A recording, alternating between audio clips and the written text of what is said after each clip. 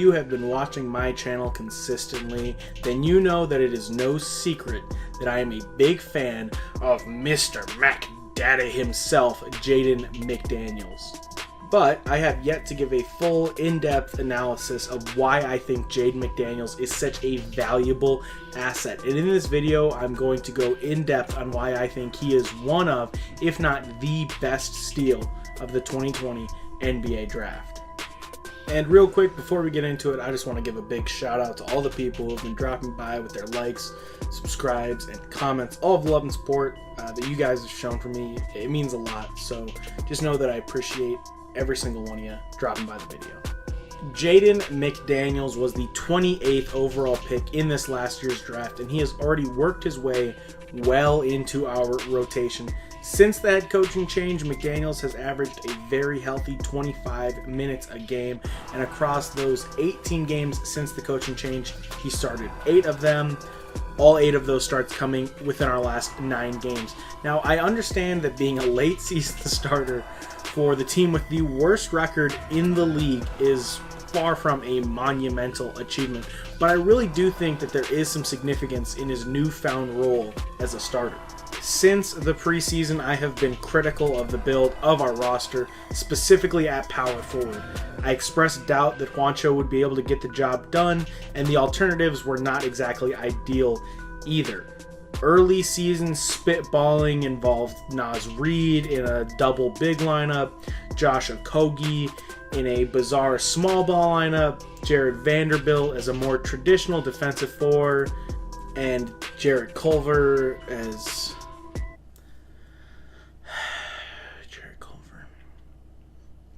anyways, what I was getting at is that a solid power forward was not to be found on our roster at the time, especially one that had a complementary skill set to our core, specifically Karl-Anthony Towns.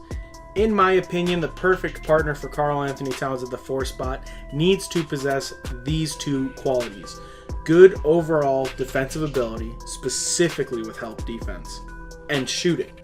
Juancho at one point looked like he showed promise as a 3-point shooter, but that turned out to be a lie, and is certainly not a defensive presence at all.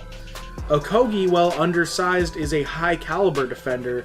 However, he is somehow getting progressively worse at shooting threes, and he was pretty bad to start. Jared Vanderbilt's the same story, a solid defender with good length, but can't shoot a lick.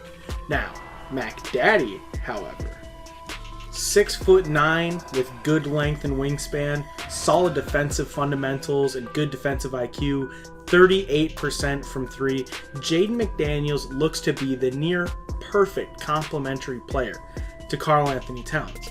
The most exemplary defensive work that MacDaddy has provided thus far this season has been in his performance against the Brooklyn Nets, where he really showed us what he could be as a defender.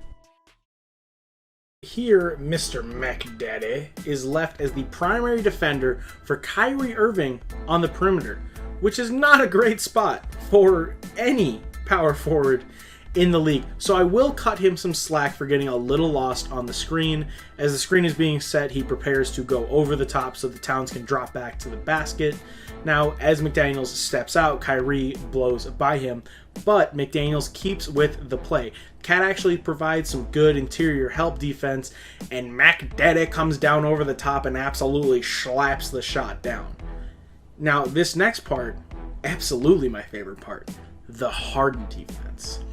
Harden isolates McDaniels. Harden is, simply put, one of the greatest isolation players to ever play basketball, and he has been on a monstrous tear. But at no point in this possession does MacDaddy look overwhelmed at all. He absolutely eats Harden alive, sending back the shot with ease. McDaniels' ability to move with guards while having the length of a forward really elevates his value. McDaniels is a true multi-positional defender. Here's another Harden possession. MacDaddy fights off the high screen and follows Harden down the lane. Now, Harden does get the call on this one because he's James Harden and that's what he does, but McDaniels' ability to stay with him from the perimeter to the lane is exactly what makes him so valued. Now here, Harden gets McDaniels ISO'd again. And no matter how many times Harden clears off with his forward arm or uses his tight handles to create even a little bit of space, McDaniels is right on him, and then McDaniels cleans him up once again right at the rim. Then McDaniels again on the perimeter with Harden.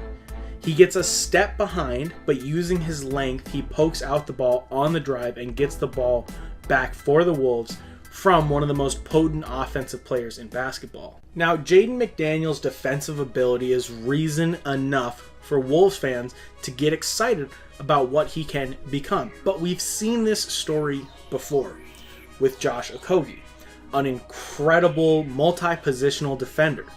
But Okogie couldn't hit a consistent three ball on a hula hoop, and his total lack of shooting ability makes him an offensive liability and allows teams to pack the paint against Towns.